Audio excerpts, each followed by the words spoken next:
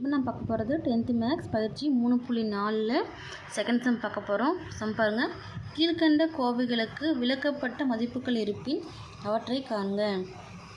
இப்போ நமக்கு 4 சப்டிவிஷனாக கொஷின் கொடுத்துட்டாங்க. இப்போ விளக்கப்பட்ட மதிப்பு அப்படின்னா என்னென்னு பார்த்தீங்கன்னா, இப்போ எக்ஸாம்பிளுக்கு ஃபஸ்ட் சப்டிவிஷன் பாருங்கள்.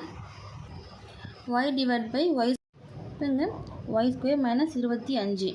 இதில் ஒய்க்கு நம்ம மதிப்பு கொடுக்கும்போது இப்போது 25 நமக்கு 0 கிடைக்கணும். அப்போ 0 வந்து அங்கே 5 கொடுத்தா 5 ஸ்கொயராக இப்போ 25ன்னு வரும். இப்போ என்னங்க நமக்கு மதிப்பு 0 கிடைக்கும். அப்போ 0 கிடைக்கும் போது நமக்கு என்னவாகுங்க, இந்த கோவை வந்து வரையறுக்க இயலாது அந்த விளக்கப்பட்ட மதிப்பு.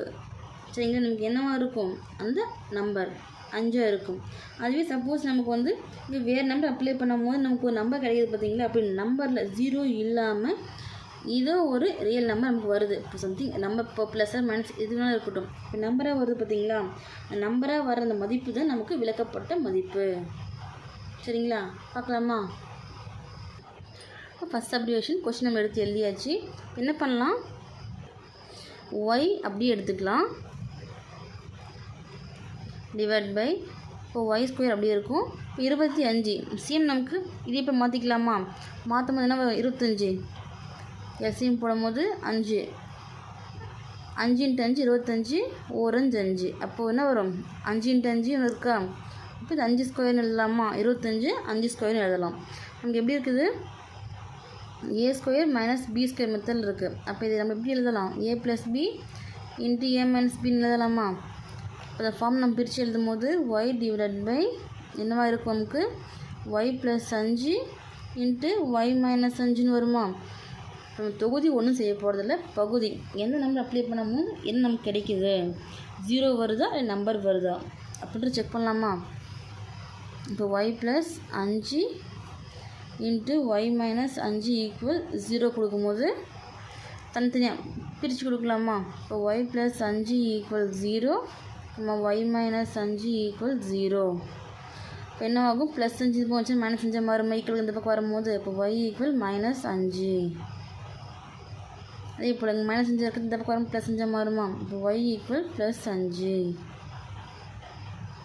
சரிங்களா, இப்போ நமக்கு மதிப்பு 0 கிடைக்கல, அதுக்கு பதில் நம்பர் கிடச்சிருக்கு. அப்போ என்னவா இருக்குது இது, therefore y = -5 மற்றும் +5 எனும்போது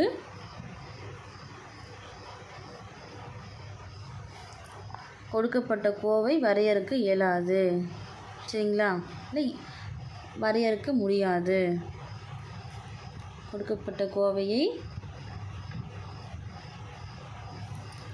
வரையறுக்க முடியாது இல்லை இயலாது, ரெண்டுத்துக்குமே ஒரே மீனிங் தான்.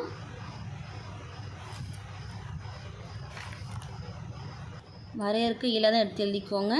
அப்போது இதோடைய விளக்கப்பட்ட மதிப்புகள் என்ன, -5 மற்றும் +5. சரிங்களா, அடுத்து பாருங்கள் செகண்ட் சப்டிவிஷன். சப்டிவிஷன் கொஷின் பாருங்கள். t divide by t² - 5t + 6 கொடுத்துருக்காங்களா. இப்போ தொகுதி t அப்படியே எடுத்து நம்ம எழுதிக்கலாம் டிவைட் பை t² - 5t + 6. காரணி மெத்தடில் இருக்கா, ஃபஸ்ட்டு காரணிப்படுத்திக்கலாம். 0 கிடச்சிச்சின்னா நம்மளால் இதை வந்து வரையறுக்க முடியும். இப்போ 0 கிடைக்கல அப்படின்னும் போது நம்மளால் வரையறுக்க இயலாது, அதுக்கான மதிப்புகள் எடுத்து எழுதிக்கலாம். சரிங்களா, அப்போது t இங்கே எதுவுமே இல்லை 1. இப்போ 1 × 6 6. இப்போ எக்ஸோ பியோ டி வந்து எது கொடுத்துருந்தாலும் சரி காரணிப்படுத்தும் மெத்தட் ஒன்று தான். 1 × 6 6 -5 இருக்கா, -5. என்ன பண்ணலாம், 3 × 2 3 2 6. 3 2 கூட்டினா 5, ஆனால் மைனஸ் இருக்குது. என்ன பண்ணலாம், -3 × -2 மைனஸ் ப்ளஸ்ஸு 3 × 2 6 -3 -2 குறி ஒரே மாதிரி கிடைக்கிறத கூட்டினா -5. சரிங்களா, அப்போ என்ன வரும், t - 3 × t - 2. சரிங்களா, இப்போ 0 வருது என்ன செக் பண்ணிக்கலாமா.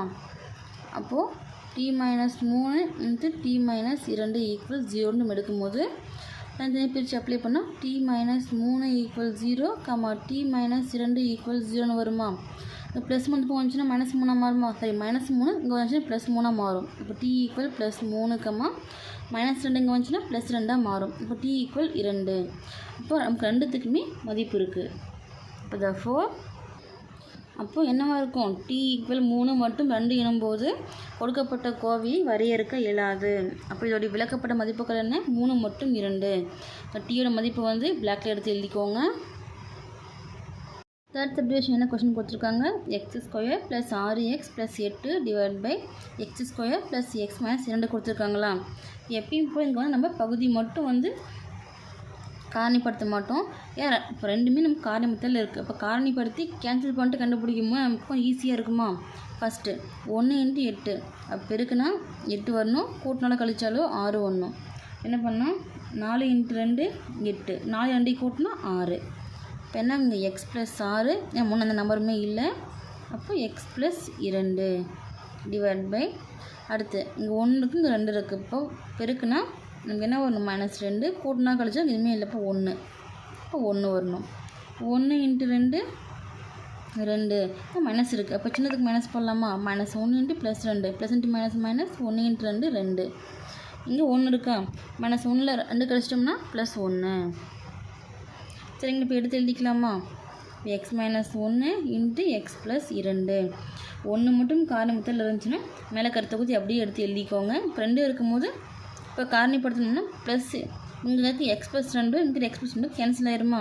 கேன்சல் ஆச்சுன்னா மீது என்ன வரும்? x + 6 / x - 1 வருமா? இப்போது கீழே இருக்கிற இந்த பகுதிக்கு மட்டும் நம்ம எந்த மதிப்பு அப்ளை பண்ணும்போது 0 வருது. இப்போ 0 வந்ததுன்னா வரையறுக்க முடியும், 0 வரலன்னா வரையறுக்க முடியாது. செக் பண்ணலாமா? இப்போ எடுத்து எழுதும் போது x - 1 = 0 கொடுக்கலாம். இப்போ ப்ளஸ் -1 வந்துச்சுன்னா +1 மாறும். இப்போ x = +1. அப்போ எக்ஸுக்கு மதிப்பு நமக்கு கிடைக்கிது. அப்போ என்னவாக இருக்கும்? இது நமக்கு வரையறுக்க இயலாது. ஃபைனலாக எடுத்து எழுதிக்கலாமா? 0 வந்ததுன்னா வரையறுக்க இயலும், 0 வரலன்னா வரையறுக்க இயலாது. சரிங்களா? இப்போ ஃபைனலாக எடுத்து எழுதும் போது x = 1 எனும் இருக்கும்போது கொடுக்கப்பட்ட கோவை வரையறுக்க இயலாது. இதன் விளக்கப்பட்ட மதிப்பு என்ன? 1. சரிங்களா?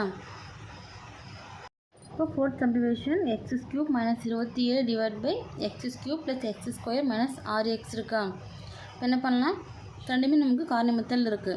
அப்போ ரெண்டுத்தையும் வந்து நம்ம மாற்றி எழுதிக்கலாம். ஆனால் நம்ம எடுக்க போகிறது கீழே பகுதியில் இருக்கிறத மட்டும் தான் எடுக்க போகிறோம். சரிங்களா? இந்த x³ அப்படியே எடுத்து எழுதிப்போம். -27 எல்சிஎம் போகும்போது 3 9 × 3 27. மறுபடியும் 3 போடலாமா? 3 × 3 9. மறுபடியும் 3 போட்டால் 1 3 3 இருக்குது. அப்போ இதை 3 எழுதலாமா? / இப்போ நமக்கு காரணிமத்தில் மாற்றணும். இப்போ காமன் எடுத்து x வெளியே எடுத்துடலாமா? எடுத்துட்டா உள்ளனாக்க x² இருக்குமா? ப்ளஸ் x²ல் 1 போயிடுச்சு. 1 வெளியே எடுத்துட்டோம்னா உள்ள என்ன வரும்? ஒரு x வரும். -6xல் ஒரு x வெளியே எடுத்துட்டோம்னா உள்ள 6 வரும். சரிங்களா? ஈக்குவல் ஃபஸ்ட்டு மேலே இருக்க தொகுதி பாருங்கள். இப்போ x³ - 3³ இருக்கா? நமக்கு எப்படி இருக்குது? ஃபார்முலா எப்படி பார்க்கணும்? சைடில் கொடுக்குறேன், என்ன எழுதிக்கோங்க. a³ - b³ மெத்தடில் இருக்கா? இது எப்படி எழுதுவோம் நம்ம? a - b × a² + ab + b² எழுதுவோமா? அது இப்படி மாற்றி எழுதிக்கலாமா? மாற்றி எழுதும் போது என்ன வரும்? எக்ஸுக்கு பதிலாக a, 3க்கு பதிலாக b. அப்போ மாற்றி எழுதலாமா? அப்போ என்ன? x - 3 × x² ப்ளஸ் இப்போது ஏபின்னு இருக்குது. இப்போ என்ன வரும்? x 3 வரும். மாற்றி எழுதுனா 3x ப்ளஸ் b². பின்னா என்ன வரும்? நமக்கு 3² வருமா? 3² பண்ணால் 3 × 3 9. இப்போ 9 நீங்கள் அப்ளை பண்ணிக்கலாமா? / x இப்போ x² + x - 6. இது நமக்கு எப்படி இருக்குது? காரணிமத்தில் இருக்கா? காரணிப்படுத்துவோமா? போகும்போது எதுவுமே இல்லை, 1க்கு தான் இருக்கும். 1 × -6 -6 எனக்கு 1 இருக்குது. இப்போ 1 பெருக்குனா -6 வரணும், கூட்டினாலும் கழிச்சாலும் 1 வரணும். இப்போ என்ன பண்ணலாம்? 3 × 2 எழுதலாமா? 3 × 2 6. இப்போது மைனஸ் இருக்குது, சின்ன நம்பருக்கு மைனஸ் போடலாம்.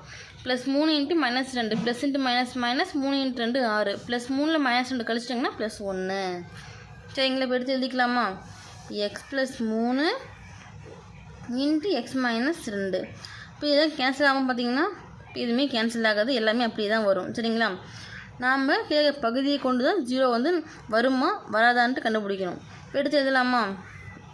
x × x + 3 × x - 2 = 0. சரிங்களா?